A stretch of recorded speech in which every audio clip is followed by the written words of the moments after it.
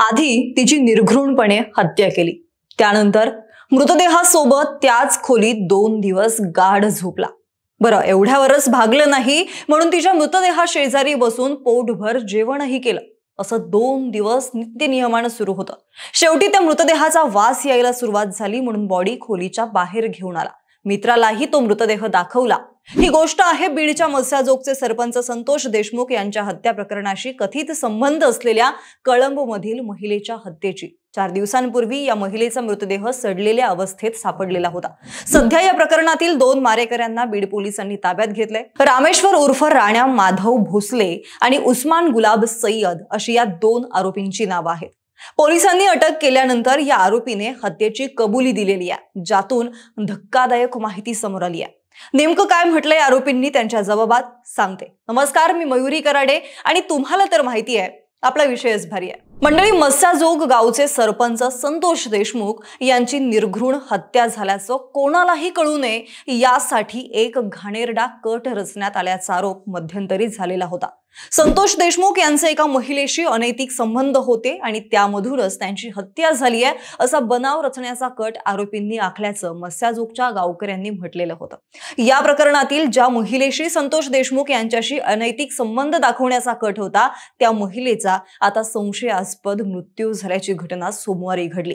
या प्रकरणी आता बीड पोलिसांच्या स्थानिक गुन्हे शाखेच्या पथकानं 2 मारेकऱ्यांना ताब्यात घेतलंय। रामेश्वर उर्फ राणा माधव भोसले आणि उस्मान गुलाब सय्यद अशी या 2 आरोपींची नावं आहेत। अटकेनंतर पोलिसांच्या चौकशीमध्ये या हत्येमागचं हादरवून टाकणारी कारणं या आरोपींनी समोर आणलेली आहेत, ज्यामध्ये ड्रायव्हरशी असलेल्या अनैतिक संबंधातून हा खून झाल्याचं कळतंय। अनैतिक संबंध आणि ब्लॅकमेलिंगमुळे मनीषा बिडवेचा निर्घृण खून करण्यात आल्याचं प्राथमिक तपासामध्ये समोर आलंय।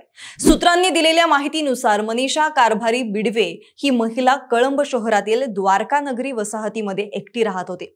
बीड जिल्ह्यातील अंबाजोगाई तालुक्यातील पठाण मांडवा हे या महिलेचं जन्मगाव आहे, तर बीड जिल्ह्यातील आडस हे या महिलेचं माहेर होतं। मुख्य आरोपी रामेश्वर भोसले हा महिलेकडे चालक म्हणून काम करत होता। या काळामध्ये रामेश्वर भोसले आणि मनीषा बिडवे यांच्यामध्ये अनैतिक संबंध निर्माण झाले। याचे काही आक्षेपार्ह फोटो आणि व्हिडिओ मनीषा कारभारीने काढलेले होते। पुढे हे फोटो आणि व्हिडिओ दाखवून ती आरोपीला ब्लॅकमेल करत होती। या ब्लॅकमेलिंगला कंटाळून आरोपीने मनीषा बिडवेची हत्या करण्याचं ठरवलं। त्यात 22 मार्चला या दोघांमध्ये वाद झाला। हा वाद इतका टोकाला गेला की आरोपींनी महिलेची हत्या केली आहे। धक्कादायक गोष्ट म्हणजे ज्यावेळी त्या आरोपींनी महिलेची हत्या केलेली होती त्याआधी महिलेनं त्या आरोपीला उठाबशा काढायला लावलेल्या होत्या आणि याच वादातून रामेश्वरनं मनीषा बिडवेची हत्या केलेली आहे। हत्या केल्यानंतर आरोपी मृतदेहाशेजारी झोपायचा तसेच जेवणही करायचा। मात्र 3 दिवसांनंतर मृतदेहाचा वास येऊ लागल्यानंतर तो महिलेची बॉडी घेऊन बाहेर पडला। त्यानंतर आरोपी रामेश्वर भोसलेनं आपल्या केज येथील मित्राला घेऊन येत मृतदेह दाखवला।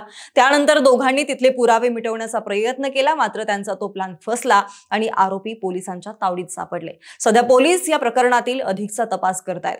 काही दिवसांपूर्वी सुप्रिया सुळे यांनी मस्याजोगला जाऊन संतोष देशमुख यांच्या कुटुंबियांची भेट घेतलेली होती। तेव्हा गावकऱ्यांनी बीड पोलिसांनी रचलेल्या कटाबद्दल त्यांना सांगितलं। संतोष देशमुख यांच्या मृतदेहाबाबत माहिती मिळाली तेव्हा गावकरी तिकडे गेले। पोलिसांना संतोष देशमुखांना कुठे नेण्यात आलं आहे तिथपासून त्यांचा मृतदेह केजमध्ये आणून टाकेपर्यंत सगळं काही माहिती होतं। गावकरी संतोष देशमुखांच्या मृतदेहापाशी पोहोचले तोपर्यंत पोलिसांनी तिकडे एक रुग्णवाहिका दाखल केलेली होती। या रुग्णवाहिकेमधून संतोष देशमुखांचा मृतदेह केजमध्ये न नेता कळंबच्या दिशेने नेण्यात आला। तिकडे एका महिलेला तयार ठेवण्यात आलेलं होतं।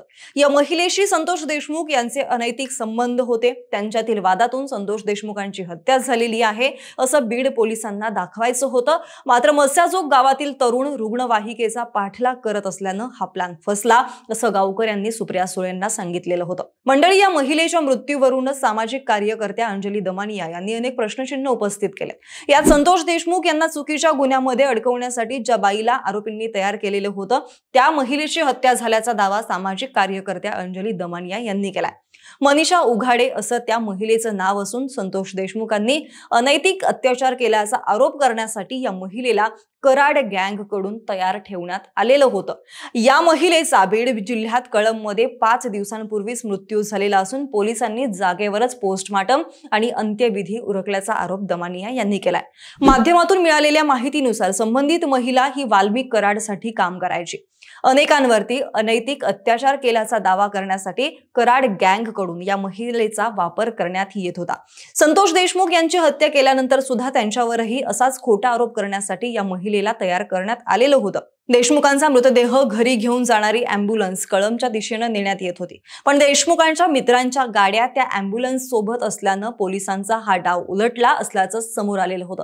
आता याच महिलेची हत्या झाल्याचा दावा अंजली दमानिया यांनी केलाय, पण अजूनही ही तीच महिला आहे का जिला संतोष देशमुख प्रकरणात मोहरा बनवून वापरण्यात येणार होतं याचा खुलासा झालेला नाहीये।